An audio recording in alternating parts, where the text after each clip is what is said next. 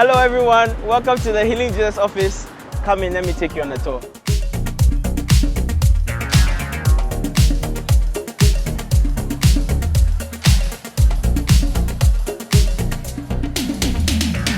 John the Baptist said, "Oh friends, this was the day I was born for.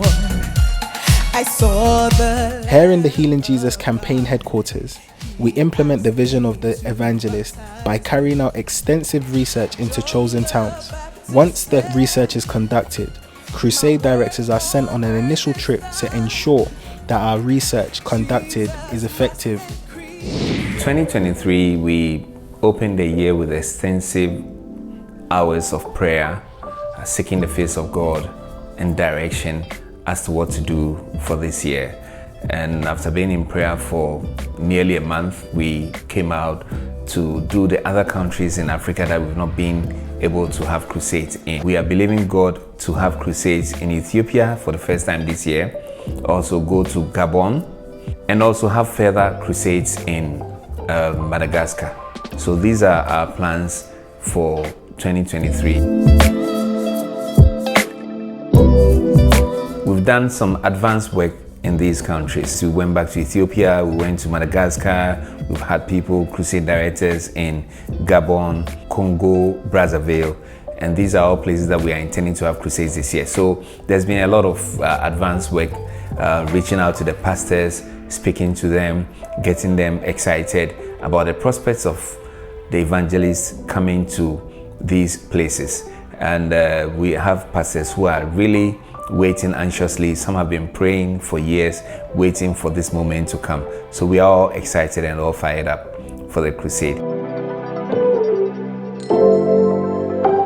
Going to these places are not always a smooth ride. The evangelist has been wanting to go to Madagascar for a long time, and we had several challenges getting our equipment there. Madagascar is an island, and so we had to come up with a different set of equipment that we'll use for the island, and we gathered them over 3 years. In 2016, that's when we first went to Madagascar to start planning for crusades, and we had challenges getting equipment from Southern Africa to cross over into Madagascar. It being an island, we needed to have a ship to send our equipment there, and we had several challenges. We couldn't find shippers. We found shippers, and the laws of the land changed. They wouldn't allow trucks that drive on the left to come to the right. We brought equipment in from Ghana, from USA, from South Africa, and then we assembled everything. And just when the things got there was COVID. So we had to put a pause for 2 years, waiting for COVID to pass, for governments to open up borders. And then 2022, we had a green light for gatherings, mass gatherings to happen. So then we had the first crusade in Madagascar. It is that loveth me, and he that loveth me is born of God and knoweth God. Now, the equipment that we have in Central Africa, it didn't belong to Central Africa. We actually shipped them from Ghana all the way to Central Africa, and it was in Cameroon. Cameroon is like a regional hub for the crusade. So we have a different set of equipment that we are using to have crusades in Cameroon, Central African Republic, and then now they'll be going to Congo, Brazzaville, and Gabon to have crusades in that area. So these are entirely separate convoys that we are talking about. Then we also have another set of equipment that is currently in Kenya, and this convoy in Kenya is the one that will be going to Ethiopia for us to have the crusades. And these are all as a result of foresight of the evangelist, because he perceived that there will be a time that we will need to have more crusades speedily. But if we don't have diverse equipment in different locations, then we'll be stuck in one place waiting to finish one crusade and then drive several thousand kilometers to another place to have crusades. The multiplicity of the equipment has given us the ability to hop, step and jump from one country to the other, still doing what we are doing, but achieving greater speed with what we have. And then we also have our final set of equipment which is currently located in Ghana, that will be serving Ghana and the rest of the West African sub-region. So for instance, we had a great Good Friday service, and that's the equipment that we use.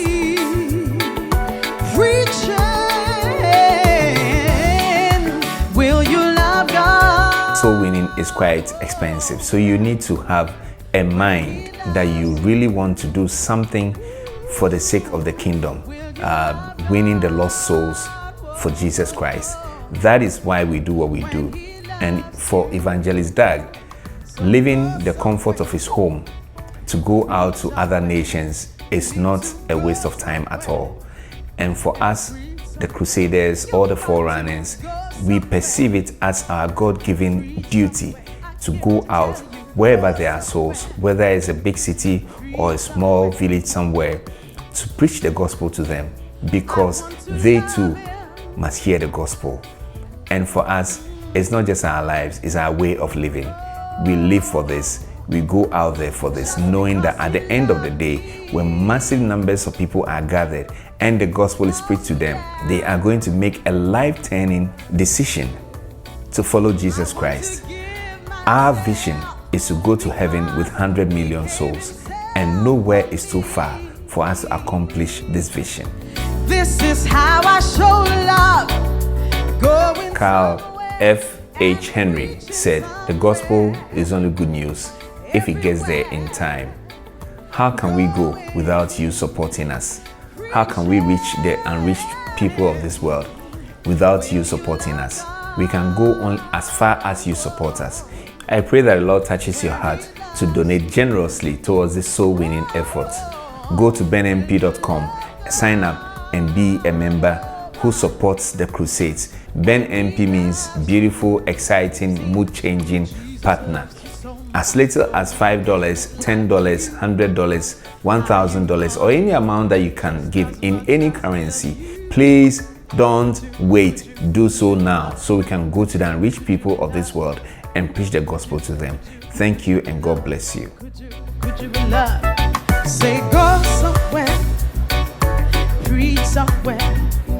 I said go somewhere, preach somewhere. Go to the islands, go somewhere, preach somewhere. Go to Caribbean, go somewhere, preach somewhere. Go to Nicaragua, go somewhere.